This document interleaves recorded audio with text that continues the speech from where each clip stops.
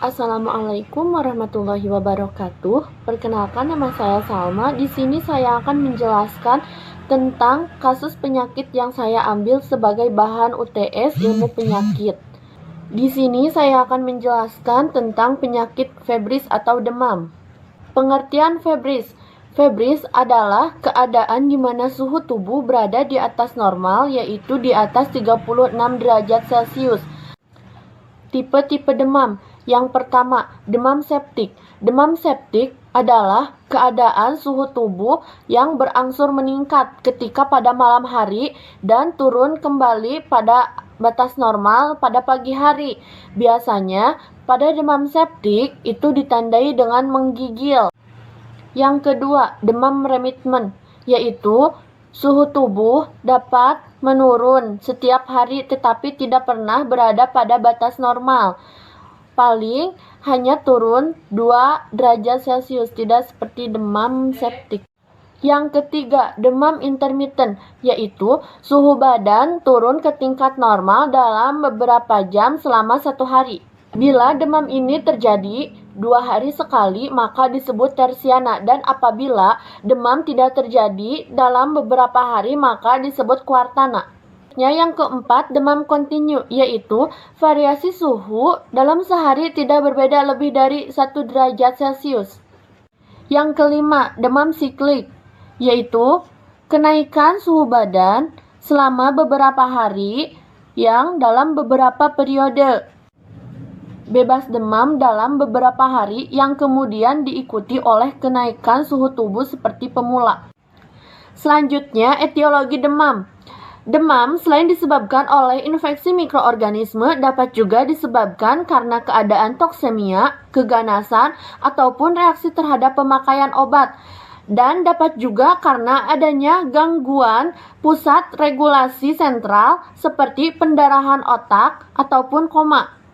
Yang kedua, beberapa hal khusus yang perlu diperhatikan pada demam, yaitu yang pertama, cara timbul demam, tinggi demam, tanda gejala lain pada demam. Yang ketiga, demam belum terdiagnosa, yaitu pasien mengalami demam selama 3 minggu dan suhu tubuh berada di atas 38 derajat Celcius tetapi belum diketahui penyebabnya. Selanjutnya, menurut Pelayanan Kesehatan Maternatal dan Neonatal tahun 2000, etiologi febris diantaranya yang pertama, suhu lingkungan, kedua, adanya infeksi, ketiga, pneumonia, keempat, malaria, kelima, oitis media, dan yang keenam adalah imunisasi. Patofisiologi demam. Demam adalah mekanisme pertahanan tubuh atau respons sistem imun terhadap infeksi atau zat lain yang akan masuk ke dalam tubuh. Bila ada infeksi atau zat asing masuk ke dalam tubuh, maka tubuh akan merangsang sistem pertahanan tubuh dengan dilepaskannya pirogen. Pirogen adalah zat penyebab demam. Ada yang berasal dari dalam tubuh atau disebut pirogen endrogen, dan yang berasal dari luar tubuh yaitu pirogen eksogen, yang bisa berasal dari infeksi mikroorganisme atau reaksi imunologik terhadap benda asing atau non-infeksi. Zat pirogen ini dapat berupa protein, pecahan protein, dan zat lain, terutama toksin polisakarida yang dilepas oleh bakteri toksik yang dihasilkan dari degenerasi jaringan tubuh, yang menyebabkan demam selama keadaan sakit. Mekanisme demam dimulai dengan timbulnya reaksi tubuh terhadap pirogen. Pada mekanisme ini, bakteri atau pecahan jaringan akan difagositosis oleh leukosit darah, makrofag jaringan, dan limfosit pembunuh bergranula besar. Seluruh sel ini kemudian mencerna hasil pemecahan bakteri ke dalam cairan tubuh, yang disebut juga pirogen leukosit. Pirogen selanjutnya membawa pesan melalui alat penerima atau yang disebut dengan reseptor yang terdapat pada tubuh untuk disampaikan ke pusat panas di hipotalamus. Dalam hipotalamus, pirogen ini akan dirangsang pelepasan asam arakidonat serta mengakibatkan peningkatan produksi prostaglandin atau PGEZ.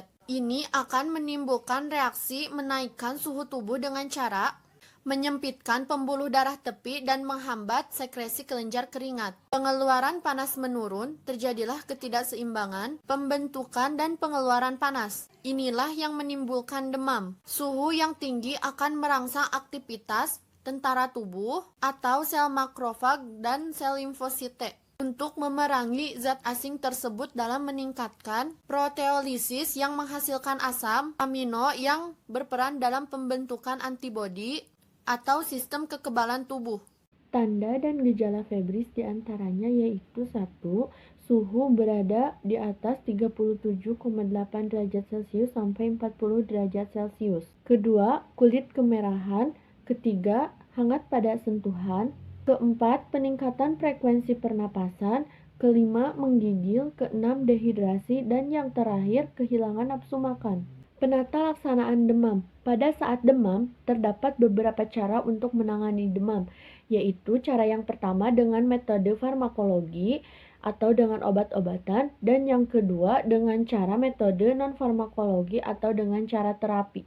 Dalam metode farmakologi, penderita dapat diberikan obat parasetamol atau obat antipiretik sebagai obat penurun panas.